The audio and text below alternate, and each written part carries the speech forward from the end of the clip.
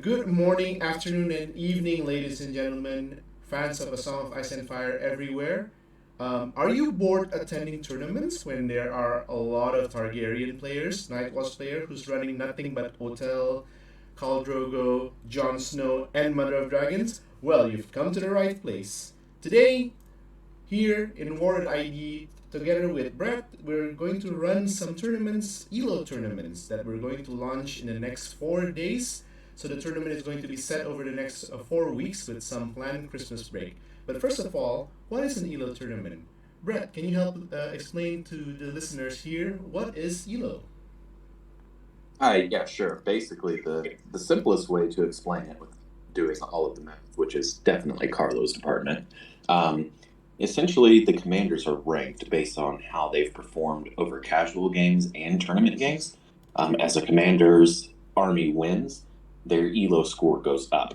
As commanders lose, their ELO score goes down. So essentially, the ELO format is rewarding you for playing the commanders that have more of a losing record, and you'll get multipliers based on how poorly your commander is performing.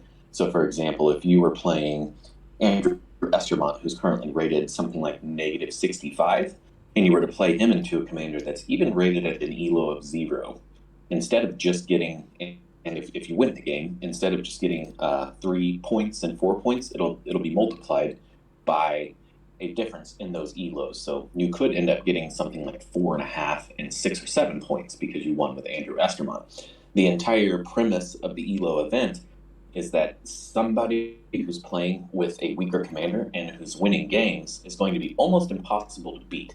So even if you play a decently rated commander and you go undefeated, say for example you play Jayor from Night's Watch, who's rated at a positive 17. Even going 3-0 or 4-0, you might not win the tournament because you're not going to get as many multipliers. So it incentivizes people to play some of the weaker factions and some of the weaker commanders, get creative with list building, and figure out ways to win.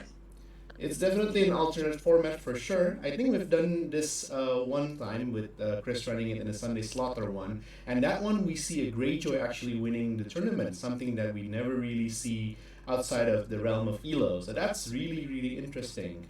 So let's talk about the tournament. So we'll be running this tournament basically on the 29th. So if you guys want to join, the registration page is still open. We're taking registrations up to 48 players. I know you say here right here the cap of 32 players, but it seems that a lot of people wants to tell Brett what's up.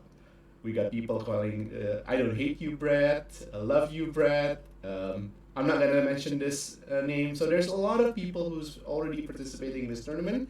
One last big hurrah before the probable change somewhere during December or January even. And I guess people just want to have one last tournament before they go on some holiday in the New Year's.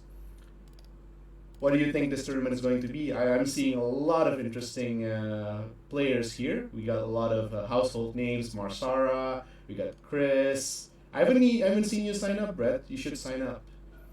We got Oh yeah, I'm definitely signing up. I've just dragged my feet a little bit. I'm debating between if I'm going to run the two worst Lannister commanders, or if I dip my toe in Starks for the first time in 2021. I have debated a little bit of Greyjoy as well, so I'm definitely going to play. I'm just not 100% sure what I'll play. Being honest, it'll probably be my Lannister comfort pick, but we'll see. But I'm playing for sure. Cool. And we got a few players here as well from Indo. We see Claw here. We got a few other players as well. Unfortunately, I don't think Raymond can join this time around because he's a bit busy towards the end of the year. Hopefully, we'll see him in the next tournament or so.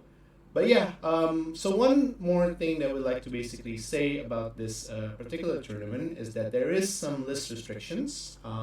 Night Watch, we're banning John Commander and Hotel Commander, and for Targaryen, it's Khal Drogo and Mother of Dragon as a commander. This sort of created a bit of like discussion points of whether ELO tournament needs a ban or not.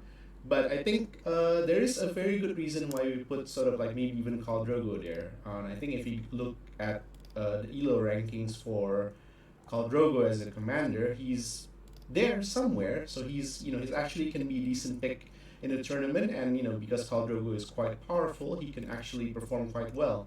Any other things that we decided of why we don't want to put it there? Any other comments? Actually, Khal Drogo is 21. He's performing quite okay. Yeah, I think essentially the premise of doing it is that, of course, it's always going to be opinion based, but I think you and I both mutually agreed that Khal Drogo and Jon Snow are still really oppressive. They're definitely capable of winning a competitive event, much less an event where people are experimenting with new stuff. We kind of felt like their elo was just low enough that they were still an attractive enough choice to bring them in. And we're really just trying to make sure that this event is geared towards fun. We don't want someone to run, like a Greyjoy kind of low defense army to give it a shake, and then they get pummeled by Jon Snow Ranger hunters, and they just have an absolutely horrible game. So, all in all, yes, we know that the ELO format fixes the scores, and it's still not a guarantee that they'll win by going undefeated, but really the goal of this is to just get the community to have fun and explore list building. So we want to make sure that they feel going into it that they're not going to get punished for choosing, a lower rated faction, and they'll know that they're not going to get the crap beat out of them by something that's a fringe top pick. Yep, I'm seeing here Jon Snow is at 14 elo at the moment, so yeah, definitely he could actually sort of make it. Yeah, we are on the lookout for this. Again, is this something that is just an opinion? Basically, me and Brett sort of agrees to just do it. Of course, there are people who disagrees, there are people who agrees, but we'll try it out. It's not for everyone. We understand, but if you do want to join us, the registration is still open until the 29th.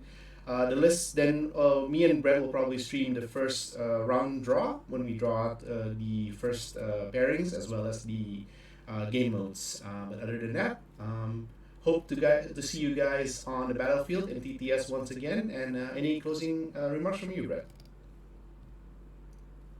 No, I think just in general, people, it's definitely worth a shake. If you haven't tried an ELO event, generally the games are really, really fun, and you're seeing stuff that you would never see outside of that. Maybe in just a casual game, where someone says, "Hey, I've got this really crazy list I want to try." But you can imagine that in an ELO event, it's basically like that all the time. Yeah. Most people play by the ELO rules, and they generally list build, with that in mind. So it's basically always playing against somebody trying something that's a little bit off meta and experimental. So it's really, really fun. You should definitely join. It is worth doing. All right. With that said, thank you for watching/listening to this video. I hope to see you guys on the tournament, and have a great one. Bye for now.